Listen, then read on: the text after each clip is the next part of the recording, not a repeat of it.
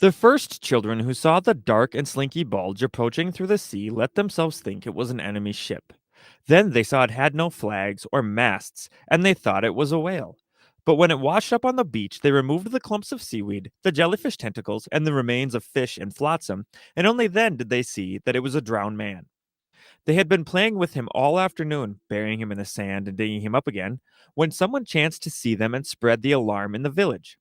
The men who carried him to the nearest house noticed that he weighed more than any other dead man they had ever known, almost as much as a horse, and they said to each other that maybe he'd been floating too long and the water had gotten into his bones. When they laid him on the floor, they'd said that he'd been taller than all other men because there was barely enough room for him in the house. But they thought that maybe the ability to keep on growing after death was part of the nature of certain drowned men.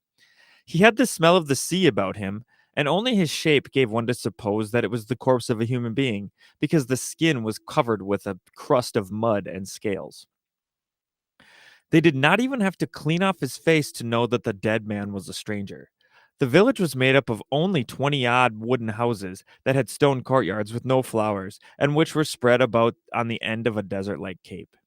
There was so little land that mothers always went about with the fear that the wind would carry off their children, and the few dead that the years had caused among them had to be thrown off the cliffs. But the sea was calm and bountiful, and all the men fitted into 7 boats. So when they found the drowned man, they simply had to look at one another to see that they were all there. That night, they did not go out to work at sea. While the men went to find if anyone was missing in the neighboring villages, the women stayed behind to take care of the drowned man. They took the mud off with grass swabs, they removed the underwater stones entangled in his hair, and they scraped the crust off with tools used for scaling fish. As they were doing that, they noticed that the vegetation on him came from faraway oceans and deep water, and that his clothes were in tatters, as if he had sailed through the labyrinths of coral.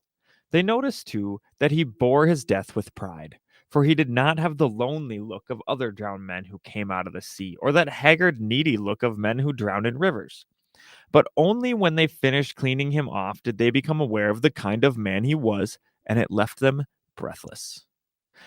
Not only was he the tallest, strongest, most virile, and best built man they had ever seen, but even though they were looking at him, there was no room for him in their imagination.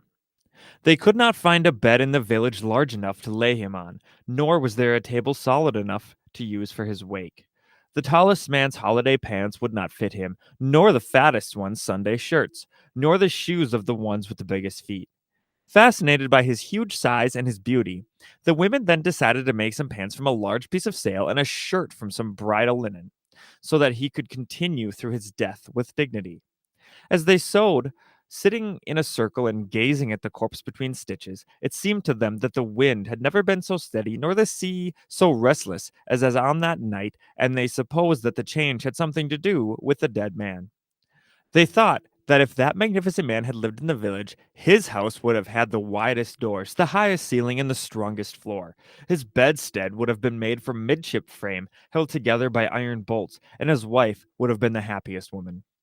They thought that he would have had so much authority that he could have drawn fish out of the sea simply by calling their names, and that he would put so much work in his land that springs would have burst forth from among the rocks, so that he would have been able to plant flowers on cliffs.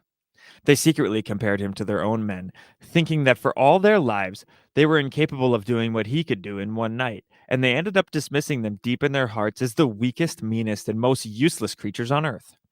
They were wandering through that maze of fantasy when that oldest woman, who as the oldest woman had looked upon the drowned man with more compassion than passion, sighed, "He has the face of someone called Esteban." It was true.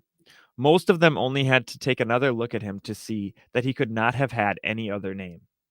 The more stubborn among them, those who were the youngest, still lived for a few hours with the illusion that when they put on his clothes and he lay among the flowers in the patent leather shoes, his name might be Latoro. But it was a vain illusion. There had been there had not been enough canvas. The poorly cut and worse sewn pants were too tight, and the hidden strength of his heart popped the buttons on his shirt.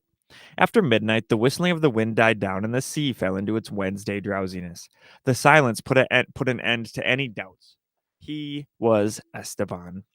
The women who had dressed him, who had combed his hair, and had cut his nails, and had shaved him, were unable to hold back a shudder of pity when they had to resign themselves to his being dragged along the ground. It was then that they understood how unhappy he must have been with that huge body, since it bothered him even after death. They could see him in life, condemned to go through doors sideways, cracking his head on the crossbeams, remaining on his feet during visits, not knowing what to do with his soft pink sea lion hands, while the lady of the house looked for her most resistant chair and begged him, frightened to death, "Sit here, Esteban, please." And he, leaning against the wall, smiling, "Oh, don't bother, ma'am. I'm fine where I am." His heels raw and his back roasted from having done the same thing so many times whenever he paid a visit. "Don't bother, ma'am. I'm fine where I am," just to avoid the embarrassment of breaking up the chair, and never knowing, perhaps, that the ones who said, "Don't go, Esteban, at least wait till the coffee's ready," were the ones who would later whisper that the big boob had finally left. "How nice, the handsome fool has gone." That was what the women were thinking beside the body a little before dawn. Later, when they covered his face with a handkerchief so that the light would not bother him, he looked so forever dead, so defenseless, so much like their own men that the first furrows of tears opened in their hearts. It was one of the younger ones who began the weeping. The others, coming to, went from sighs to wails, and the more they sobbed, the more they felt like weeping, because the drowned man was becoming all the more Esteban for them, and so they wept so much. For he was the more destitute, most peaceful, and most obliging man on earth. Poor Esteban. So when the men returned with the news that the drowned man was not from the neighboring villages either, the women felt an opening of jubilation in the midst of their tears. "Praise the Lord," they sighed, "he's ours." The men thought the fuss was only womanish frivolity, fatigued because of the difficult nighttime inquiries. All they wanted was to get rid of the bother of the newcomer once and for all, before the sun grew strong on that arid, windless day. They improvised a litter with the remains of foremast and gaffs, tying it together with rigging so that it would bear the weight of the body until it reached the cliff. They wanted to tie the anchor from the cargo ship to him so that he would sink easily into the deepest waves, where the fish are blind and divers die of nostalgia, and bad currents would not bring him back to shore, as had happened with other bodies. But the more they hurried, the more the women thought of ways to waste time. They walked about like startled hens, pecking with the sea charms on their breasts, some interfering on one side to put a scapular of the good wind on the drowned man, some on the other side to put a wrist compass on him. And after a great deal of "Get away from there, woman, stay out of the way, look, you almost made me fall on top of the dead man," the men began to feel mistrust in their livers and started grumbling about why so many main altar decorations for a stranger, because no matter how many nails and holy water jars he had on him, the sharks would chew him up all the same. But the women kept piling on their junk relics, running back and forth, stumbling, while they released in sighs what they did not in tears, that the men finally exploded with, "Since when has there ever been a fuss over a drifting corpse, a drowned nobody, a piece of cold Wednesday meat?"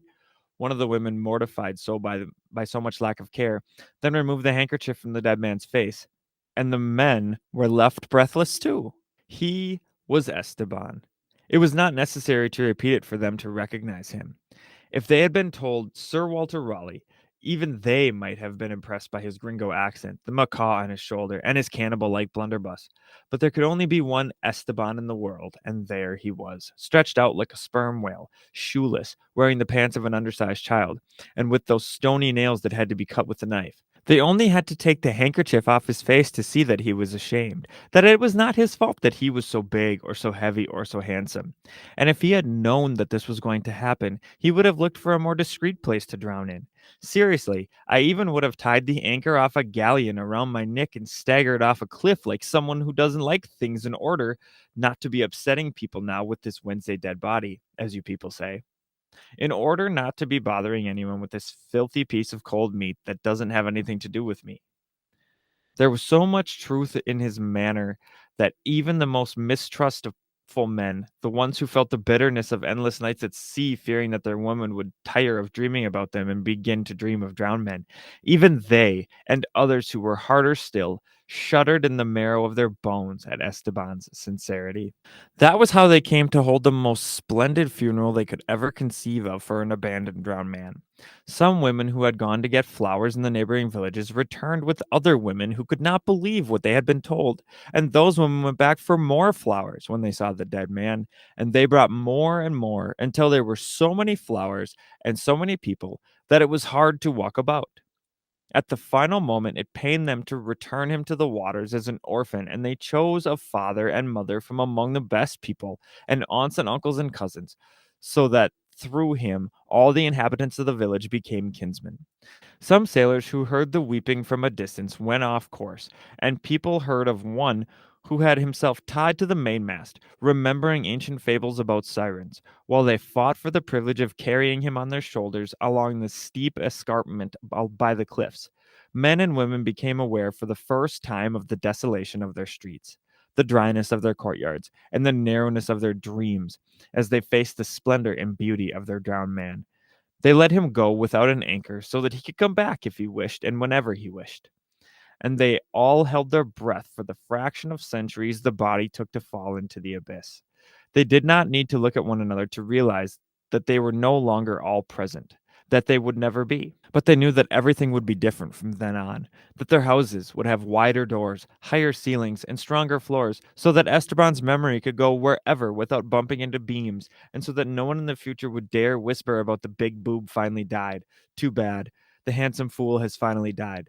Because they were going to paint their house fronts gay colors to make Esteban's memory eternal, and they were going to break their backs digging for springs among the stones and planting flowers on the cliffs so that in future years at dawn, the passengers on great liners would awaken, suffocated by the smell of gardens on the high seas, and the captain would have to come down from the bridge in his dress uniform with his astrolabe, his pole star, and his row of war medals, and pointing at the promontory of roses on the horizon, he would say in 14 languages, "Look there, where the wind is so peaceful now that it's gone to sleep beneath the beds over there, where the sun's so bright that the sunflowers don't even know which way to turn. Yes, over there. That's Esteban's village."